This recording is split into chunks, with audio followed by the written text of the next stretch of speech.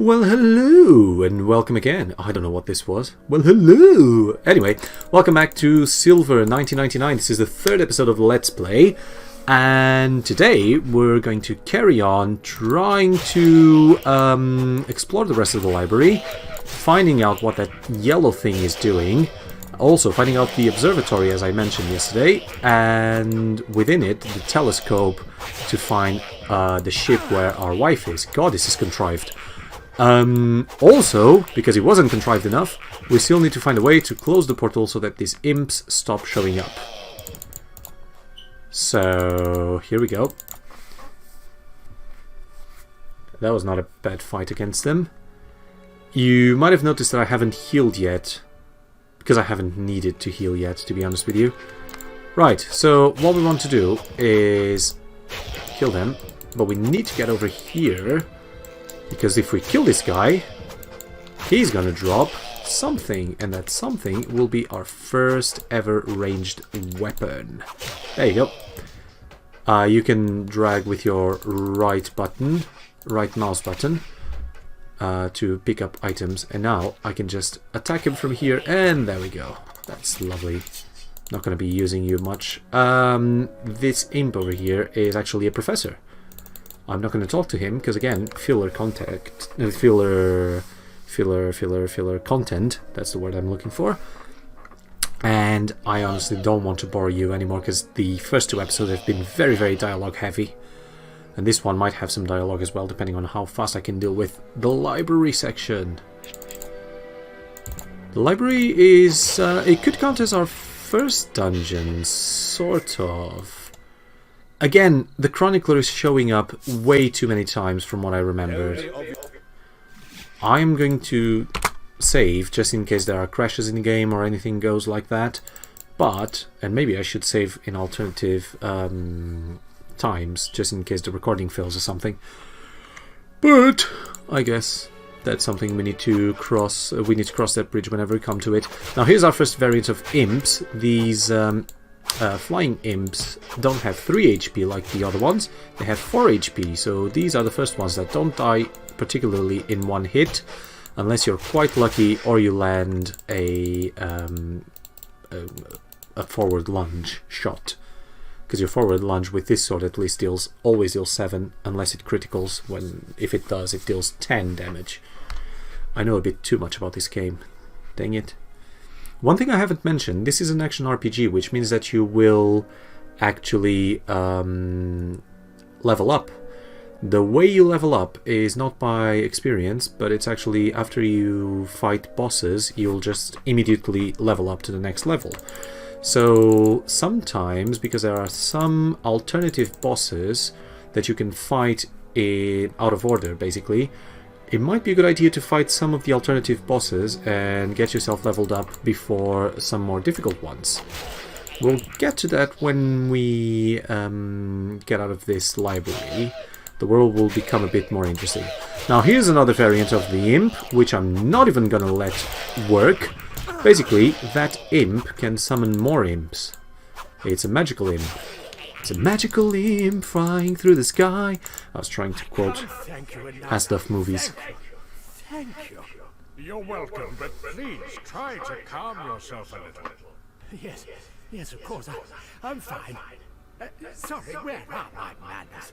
Professor Whittle, philosopher of life and ponderer of all unanswered questions, pleased to meet you. They get everywhere, don't they? Pesky devils. But the flying imps are the worst, especially if they get in close. Much better to get them before they get near, don't you think? You should go. I fear your staying here will only place you in even more danger. But what about you? Will you be all right on your own? Oh, please, don't worry about me. You've done more than enough as it is. How do you know? Huh, we apparently have a stalker.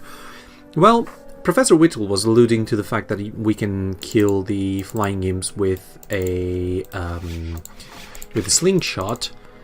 It's not the best way to kill them because a slingshot only deals 3 damage, so you need 2 hits. The reason why I have the slingshot right now is that it's because we have an imp over there that has a horn and he can call for more imps. But if I kill him, there you go. We don't need to worry about it. And there we go. We just skipped a whole row of imps because we killed the guy with a horn. See? We are smart. We are the smart. SMRT. I mean SMART. Now this room I remember being a bit annoying with this guy because I think he's got to teleport around. Let's see. So we're still trying to get what this yellow imp is doing. And he teleports the yellow imp. So now I am going to kill you if I can. Thank you.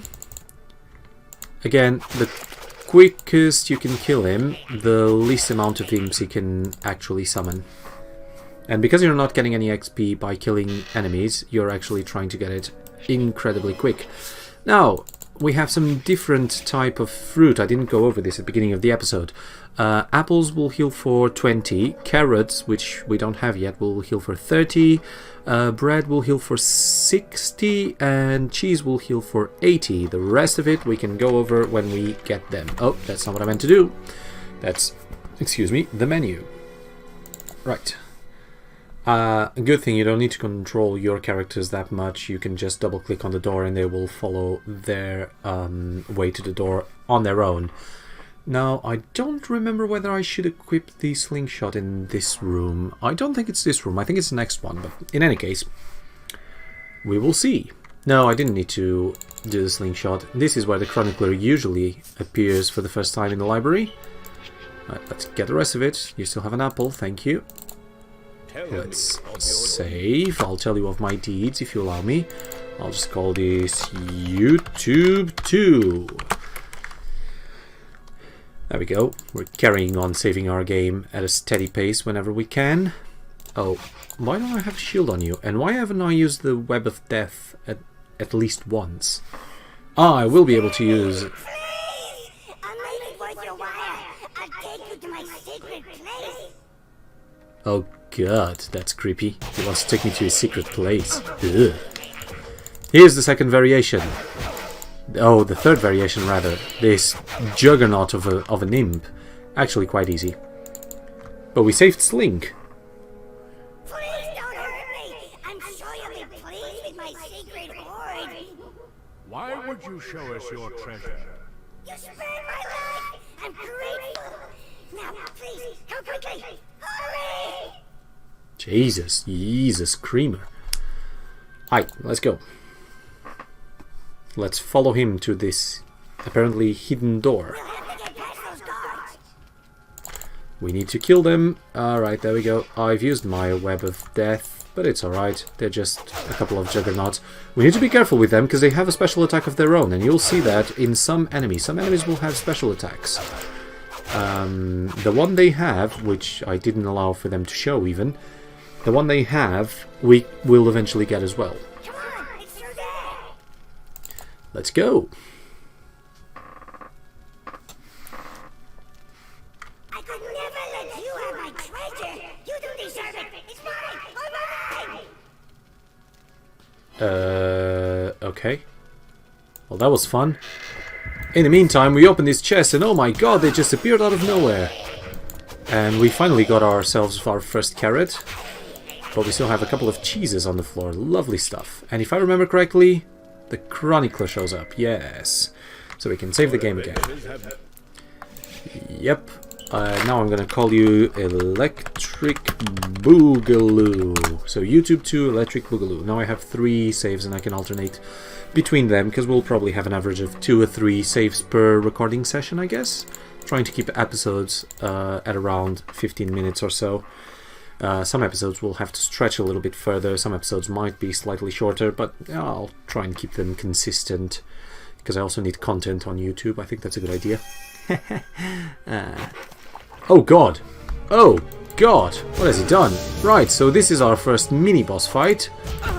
This is actually a mini-boss. We're not going to get a level up after this. So basically, he's going to attack, and then he's going to get tired. So you want him to attack. He's tired now, and when he's tired, it's your time to attack, because you'll do critical damage. Now I'm going to wait for him to get tired. Damn it. Now I'm going to use the Web of Death. There we go. And he's dead. Ta-da! But because this is a mini-boss, we basically didn't even level up. So for the first time, I'm actually gonna heal. There we go.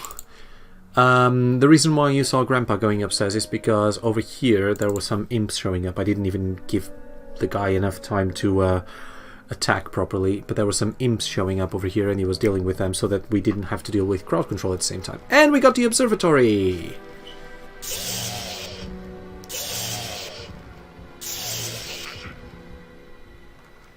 Feeble little imps with their ineffectual little punches. Tyrannus, that's his name. Well, you weren't very much help, were you? You seem to have... Yes, whatever. Now quick, what do you want? My time is precious. I'm David, and this is my grandfather. I have neither the time nor the inclination for tedious introductions.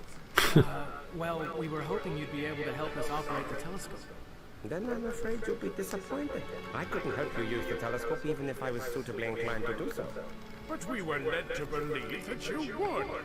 Ordinarily, yes, but the telescope is powered by an old boiler situated in the caves beneath the library. Unfortunately, this hasn't had power since I misguidedly opened up a portal into a demonic dimension. The caves are being used as a lair by a rather formidable demon. The demon acts as a nexus, a link between our two worlds. Kill him, and the connection will break. Only then will the portal close. Could you take us to the caves? I could, but there's something you'll need first. Follow me. So, we got another sub-quest on top of all the sub-quests that we have. Now we need to kill the demon that apparently is the nexus between worlds and the nexus between the portal in order to get a boiler working so that we get the telescope working so that we can finally look at the telescope and see where the ship with our wife is heading. Crying out loud. Come on, quick, look in the chest. Why? What's in it? Something very special. I think you'll find it rather inspiring. Ugh, I don't like the vibes he's giving me. Aha, this is our first magic weapon, the Ice Wand. Good use of it. It's relatively foolproof. Why? What is it? It's an ice wand. Fortunately, I've not had to use it myself, but if used correctly, it's very powerful. Get it? An ice one. It's also a nice one. Good, so Tyrannus here is a magician and he has Where to? the potential to create teleportation devices. He only uses this once, as far as I know. No patience at all. Excuse me? I thought you required help, not cosseting.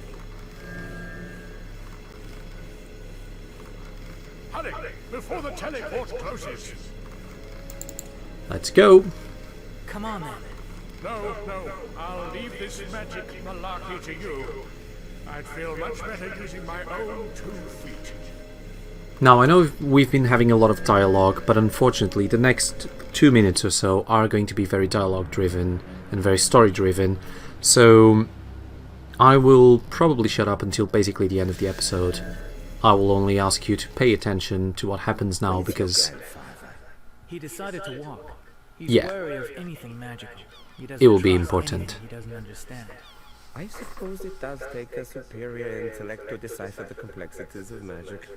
Talking of magic, what seals that door? Oh yes, that. I had to use one of my spells to minimize the spreading imp infestation. Hurry, we've wasted too much time already. The caves are this way.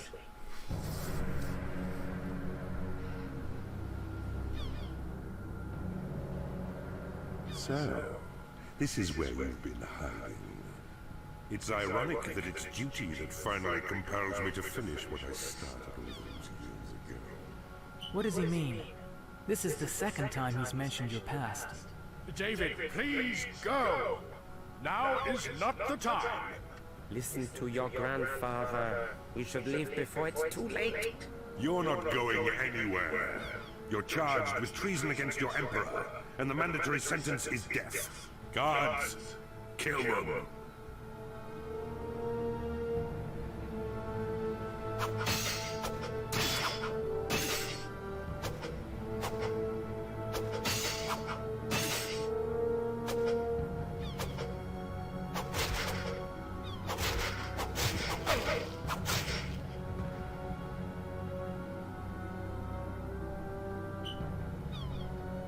I see you're not quite as decrepit as you look, old man. I'll just have to kill you myself.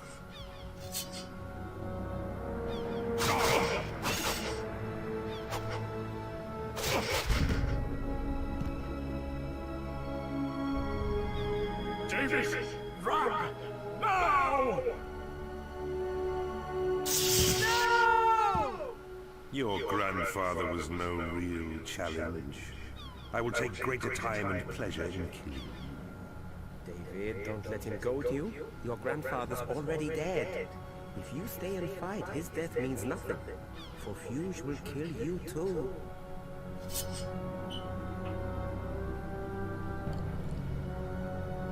I, for one, really like this scene. So not only did we see our grandfather dying, but we now have the chance to either go downstairs and fight Fuge in a battle we can't really win, so if I go downstairs I will die, or we can run away with the feeling of defeat, the actual feeling of defeat, because we can't do anything about our grandfather dying. So unfortunately I do have to run away. Oh god. Run like the coward I know you to be.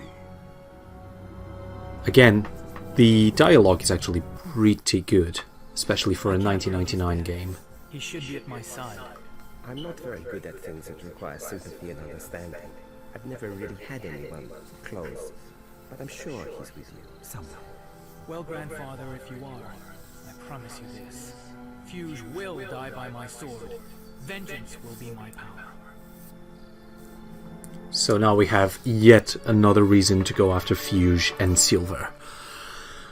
Well guys, that's episode number 3 done. I know we don't have a chronicler right now, but I'm going to stop the episode here and I'm going to carry on the next episode of Let's Play Silver, and hopefully, even though we don't have our grandfather anymore, we can carry on and finish the library section and close the portal forever, hopefully. So, thank you for watching and I'll see you next time, which hopefully will be tomorrow.